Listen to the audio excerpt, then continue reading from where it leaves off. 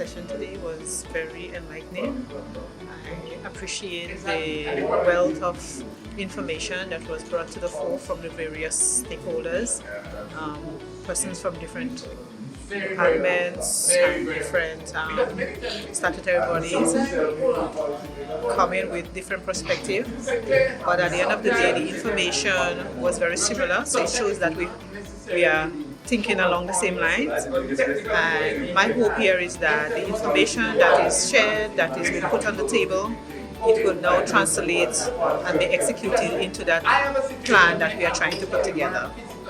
The plan is very relevant. In fact, it will better prepare us for other eventualities that may occur in the future. Should we have another pandemic, or should we have any other disaster that would affect our food chain, we'll be in a better position to deal with it with the shocks, and we'll be in a better position to meet the needs of our citizens.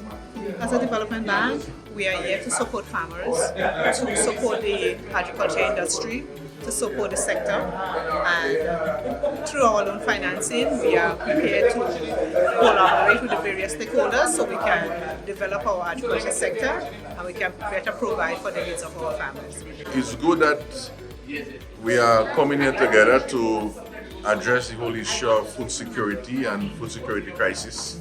I think we are a good group of persons here today, and it's a matter now that the policymakers, the resource providers can be able to support the outcomes from this event here, such that in the times of shocks, in the time of hurricanes, as the case may be, or whatever challenges, but it also means that we as a nation has to plan our own food security around our house, our kitchen gardens, etc., for our own needs, apart from just for the commercial enterprise.